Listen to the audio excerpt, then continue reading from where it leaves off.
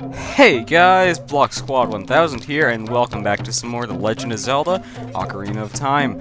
In the last episode, we arrived here at Goron City, and discovered that some stuff wasn't...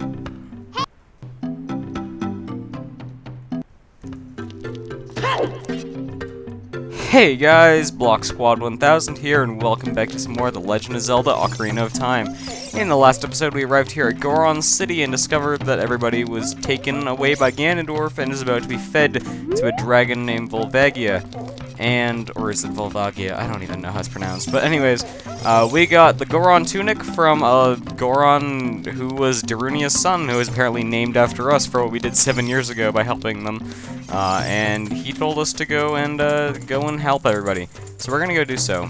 If you go back here, this is where we met. This is where we met Darunia. You can actually move it, so that's cool. Now let's go back here. And what's this? We are now inside the Death Mountain crater, which we couldn't enter earlier because it was too hot, obviously. But now that we're here, that's pretty cool. So this place is a little bit dangerous, so be careful. I believe what we can do is, yes, we can hookshot to that, which is pretty nice.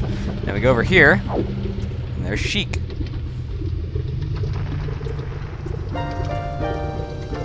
It is something that grows over time, a true friendship, a feeling in the heart that becomes even stronger over time. The passion of friendship will soon blossom into a righteous power, and through it, you will know which way to go. This song is dedicated to the power of the heart. Listen to the Bolero of Fire.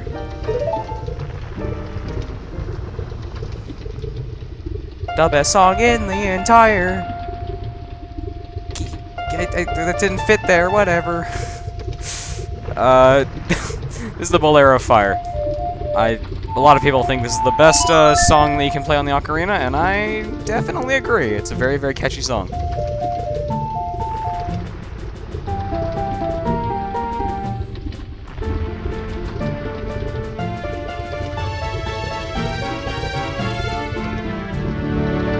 Somebody went a little crazy with the camera there. You have learned the Bolero of Fire.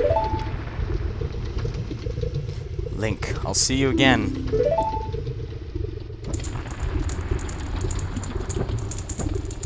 And Sheik burned alive, never to be seen again. Or not, I guess, I don't know. Anyways, I'm sorry I talked over that cutscene. I don't usually do that, but I don't know, I just had some stuff to say there. Mostly. I wanted to try to put lyrics over the Bolero of Fire, but that did not really work the way I wanted it to because I suck at everything. So this place right here, we are actually going to want to, I know this is a little bit stupid, but we are going to actually want to go back in time because there's something that we have to do here as a kid, and we couldn't come here earlier because we had no way to reach it as a kid because obviously we don't have the Goron tunic. But since we can now fast travel to this exact point, I think we should just do it. So, oh wait. There we go. That's the Prelude of Light. So yeah, we gotta go back in time, and then we actually need to go get some magic beans. So, let's do that, shall we? I think we also need bugs, but I'm not entirely sure, but I'm pretty sure we do. So, I am going to have to, I mean, we already have bugs, so that's good. Alright, let's go. Roll. Yeah, there won't be a whole lot of going back in time. It's mostly, before dungeons, there's stuff that you have to do, like, it's hard to explain, but you'll see as we go along. So let's go back in time, let's go to the magic bean guy, and then let's go to that point. And then we're gonna go back into the future. So, yeah, there's a little bit of a sidetracking moment right here, so let's do that. We need to go to Zora's River, so I will cut back to when we get there. See you guys there, and then I will be right back. Okay, here we are. Let's talk to the weird shark-looking guy. See what he's got to say. Jump up the magic beans. They're getting to be quite popular. 30 rupees for one piece. How about it? So yeah, like I said, they go up in price by 10 every time, but there we go. Now we are going to go ahead and, by the way, that patch right there, I don't really know if it's actually, there's anything that's really needed for it, but it's there in case you want it. Alright, so we're gonna go to the area where we can plant it. Oh, I screwed that up. There we go. Dun, dun, dun, dun, dun, dun. Bum, bum, bum, bum, ba, da, ba, da. Dun, dun, dun, dun, dun, dun. Dun, dun, dun, dun, dun, dun, dun, dun, dun, dun, dun, dun. I'm so sorry. Okay, I'm sorry. I had to let the entire thing play out. The make it so hot in here. We can't stay here for long. I know. Okay. All right. Don't tell me what to do, Navi. All right. So first, let's see if there is in fact a little bug in here, a little bugger. Please tell me there is, because if not, I am very stupid. Oh no no no! Grab the bug! Grab the bug! There we go. That was close. Because I still need that for stuff in the future. Yes, there is. Ow. Ow, ow. Dumb jerk. Okay. So we have another gold Skulltula, and now we are going to get the magic bean and plant it right here. And now we're going to need to go back into the future because the magic bean will grow, and there's stuff that we can get from doing so. So I am going to now play the Prelude of Light. Here we go.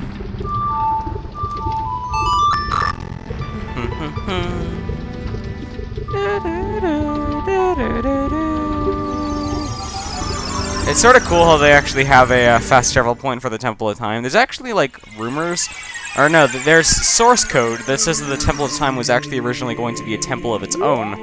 And I guess it's sort of interesting because of the fact that there is a fast travel point and stuff like that. Or maybe I'm thinking wrong. Like, there's 2 cut temples in the game, that's all I know. Yeah, the Temple of Time, I believe, was supposed to be the entrance to another dungeon. And let's just lift this. Huh? Blue light everywhere! Very vortexy. Okay, so now we are gonna go back over to the we're gonna go back over to the crater again. Gotta get that right every time, because there's just, for some reason, on the N64, there's always a slight delay on the buttons, so you might end up pressing the buttons more than the times you're supposed to.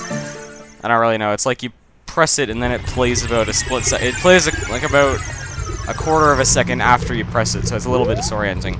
All right, so. Oh, whoa. All right, so we're going to ride this all the way up here, and there's a piece of heart. There's a oh god. Okay, yeah, there's a piece of heart right here. Grab it.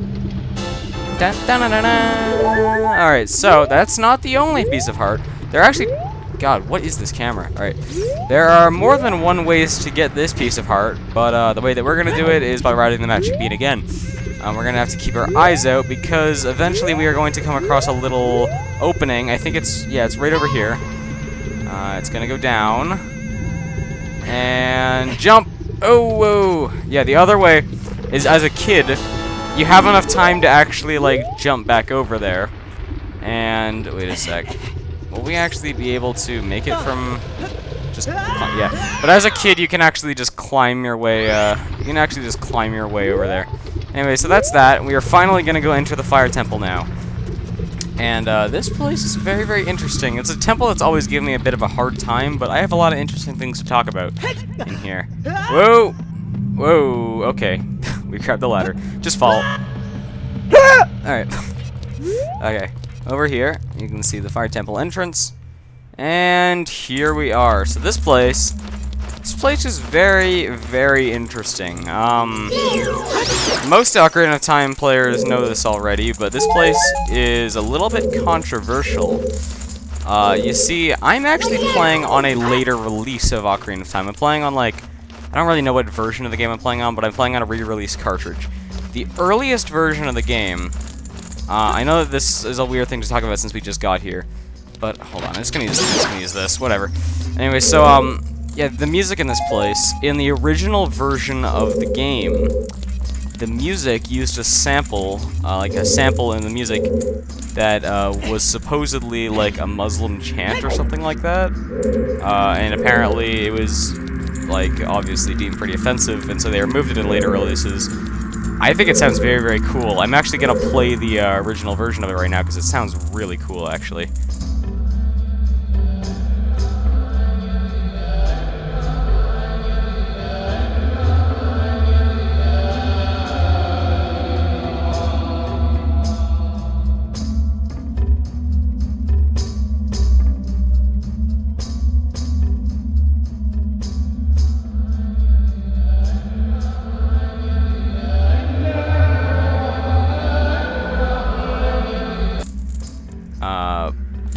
that's that.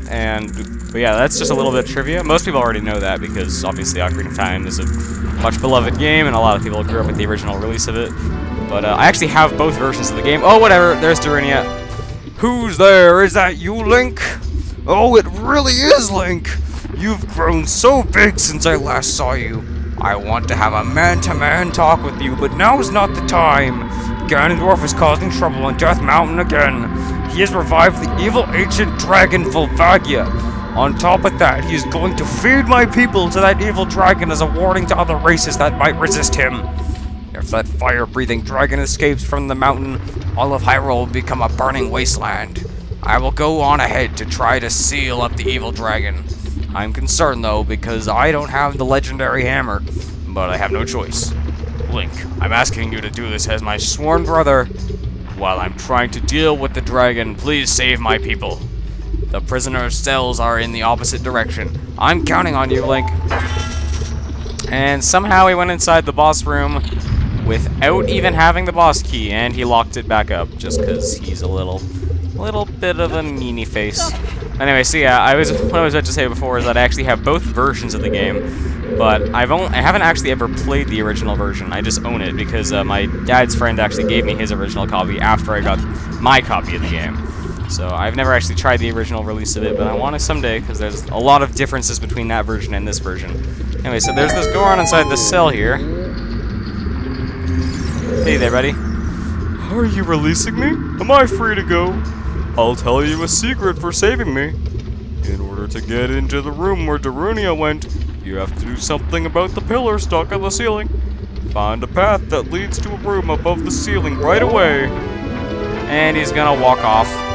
Probably to go jump in the lava, I don't know. Open this, and we got a small key! God, what is that? Why am I being so musical today? I keep, like, trying to add lyrics to stupid jingles. It's like, just a thing that I don't know, I like to sing a lot. I don't know. God, I'm so dumb. Wait a sec. Okay, I'm actually gonna go check out what that is over there, because I think there's some cool stuff. I'm not so sure though. Yes, there's a hookshot target. Hiya! Alright. And jump. Oh, Link. Lock. Go. Okay. There's some pots up here, and what's in them? Oh, bombs. Fairy. Oh, 2 fairies. Oh my goodness. We are going to catch one of them. Oh, or not. Catch this one. Da-da! There's me being musical again. Alright, so now we are going to head in the opposite direction. Not do that.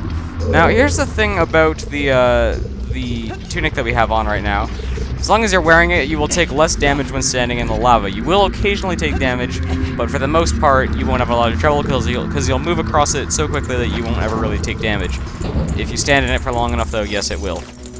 Okay, so now we can get across the other side. This dungeon, like I said, I'm going to be talking a lot about it eventually, but this dungeon, the more I think about it, yeah, I realized, the first time I played it, it gave me a lot of trouble, but these days I realize that this dungeon is extremely linear. Like, there's practically only one path you can really take with it. So it's really not hard. Ow. Most dungeons, like, specifically the dungeon we'll be getting into next, hint, are extremely non-linear, and the Forest Temple was a little non-linear in the way that you could approach things. It wasn't exactly non-linear, but it was in a way. But this dungeon, yes, it's pretty linear. Okay, so let's actually not go back there just yet, but we have to do that eventually. Let's go back here, and there is another Goron in here. Are you releasing me? Am I free to go? I'm gonna say the same thing as my friend. Here's a secret for saving me. He said it's something slightly different than the last one, but still. A wall that you can destroy with the Goron special crop will sound different than a regular wall if you hit it with your sword. Okay, so he's being a little bit cryptic. Sure. Alright. Let's open this. And we get another small key. Alright. Let's go back. Now, did you see that time block up there? You have to stand quite far back, but then you have to actually play the Song of Time. Am I standing in the right spot? Yeah, Navi's gonna go up there. Now... Dun, dun. Na na na na na na na na. So that moves that. You can actually move it back if you play it a second time, but then this opens up another door. And back here, from what I know, I'm not sure, but yes, there is another gold Skulltula. So there's these guys. These are new enemies. I don't know what they're called, but these guys are little tiles. I'm gonna try to put it on screen right now what these guys are, but yeah, you can just block them with your shield. However, I don't really know. They're no real threat, to be honest. Now we have a like. Have we seen these guys yet? I don't think we have, but yes, this is a like. These guys are stupid. Oh god. Yep. These guys suck. Okay, so yep. So those guys, they are not nice. If you get swallowed by them, they will eat your stuff. And thankfully, they drop it again. But in earlier Zelda games, yeah, in earlier Zelda games, if they ate you, they would literally permanently eat your stuff. So if you had a shield, you would have to buy a new one if they ate it. Those guys aren't quite as bad, but it's still annoying. All right, especially if you're in an area like the Fire Temple and it starts to take damage from the heat. All right, there we go. That's our first gold Skulltula of this dungeon. I forgot to mention that if you check the map, which we do not really have yet. Well, I mean, we do, but I mean, like, we don't have the actual dungeon map. We just have this. Once you actually get all the gold Skulltulas, a little icon will appear saying that you have all of them. So that's pretty nice. All right. So now we are going to go to the other side of the room. At least I think that's where we have to go. I'm going off pure memory right now. Oh wait! Oh no! Not the bubble! Not the bubble! Oh god! Oh god! Die! Okay, whatever. I missed every single shot there. Oh! Oh god, bubbles. This is a weird rock. This is a rocket-propelled block. Sounds cool, I guess. And whoa! Oh, okay. Yeah, a little platforming section there. We turned into I guess. I mean, we are wearing red, so I guess we're sort of like Mario. We're like Mayro. Super Mayro. All right. We are going to place this right here. Now, oh, I guess I forgot to mention, if you hit that, like the Goron said, it makes a different sound, and that means you can blow it up. So that's nice. And there's another Goron back here. Yeah, pretty much this entire dungeon is all around freeing Gorons, getting keys, and opening new areas to free more Gorons. Are you releasing me? Am I free to go? I'll tell you a secret for saving me. There are switches in this temple that you have to cut to activate, but you can also use the Goron special crop to do the job. Okay. So that, I guess, made no sense to anybody who doesn't really know this game inside and out. But basically, there's some switches up ahead that you have to whack with your sword in order to activate, but you can use pretty much anything, and bombs are a way to detonate it from a distance. So like, if you see the switch, you can set the bomb down, run to the area where it activates, and then have it go off. So that's kind of cool. Well, I'll give you a visual example soon, because we're going to be doing that in a bit.